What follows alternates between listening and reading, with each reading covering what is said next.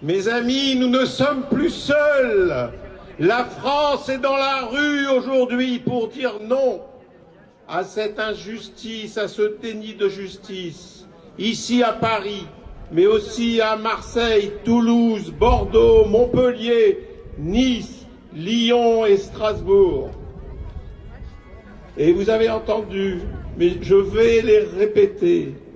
Je veux répéter le nom de ces victimes juives, ces victimes de l'antisémitisme: Sébastien Selam, Ilan Halimi, Jonathan Arié et Gabriel Sandler, Myriam Monsonego, Yoav Attab, Johan Cohen, François-Michel Saada, Philippe Braham, Sarah Halimi et Mireille Knoll. Dans cette trop longue litanie de noms et de visages de victimes du terrorisme antisémite, chaque destin est un destin singulier. Chaque vie brisée est une injonction au souvenir. Chaque homme, chaque femme, chaque enfant arraché à la vie est un appel à tirer collectivement les leçons de l'histoire. Et pourtant, il est une victime pour laquelle ce travail de mémoire ne peut se faire, c'est Sarah Halimi.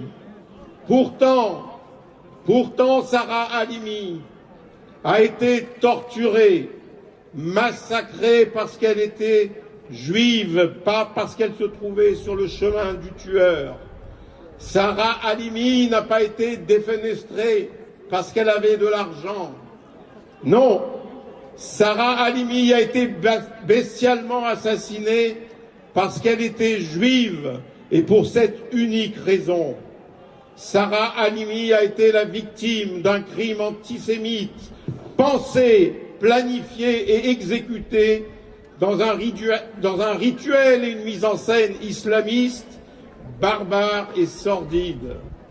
Sarah Halimi est la victime de cet antisémitisme que la société française peine à reconnaître et à nommer. Elle est la victime expiatoire de l'antisémitisme islamiste. Et en confirmant l'irresponsabilité pénale de son assassin, la Cour de cassation prive définitivement la famille de Sarah Halimi d'un procès indispensable à son travail de deuil, mais aussi elle prive la France tout entière d'un procès historique, le procès de l'antisémitisme qui tue encore aujourd'hui dans notre pays. Et alors que plus qu'une évidence, il s'agit là d'un véritable cas d'école pour décrire un meurtre antisémite, ce crime ignoble ne sera pas jugé.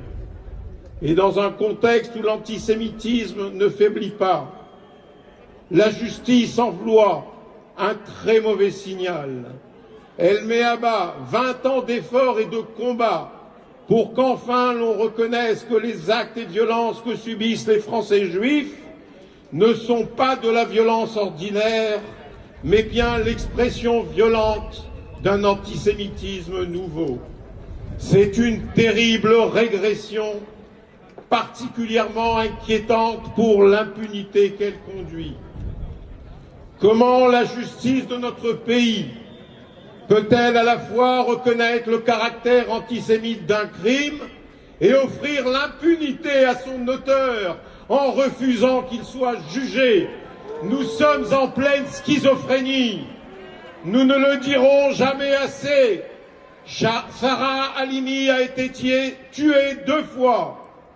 Elle est bien sûr la victime de l'antisémitisme islamiste du tueur, mais Sarah Halimi est aussi la victime d'un déni de justice et d'un naufrage judiciaire.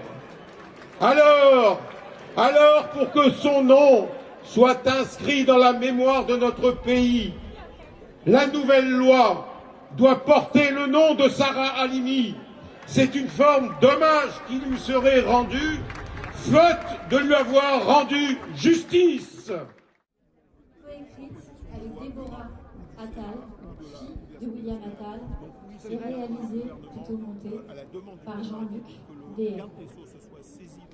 Pourquoi? Et je suis persuadé que nous aurons Parce que dans toutes avant les familles que vous allez voir qui ont été touchées, unis derrière cette cause. Ça veut dire que face à une injustice aussi Voilà, je criante, suis là pour tout ça. la Je France suis en est colère descendue dans la et rue. j'espère. Et c'est ce qui est important pour nous.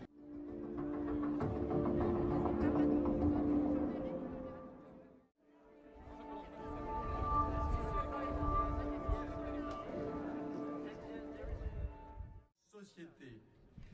À partir d'aujourd'hui, il y a en France une affaire Halimi.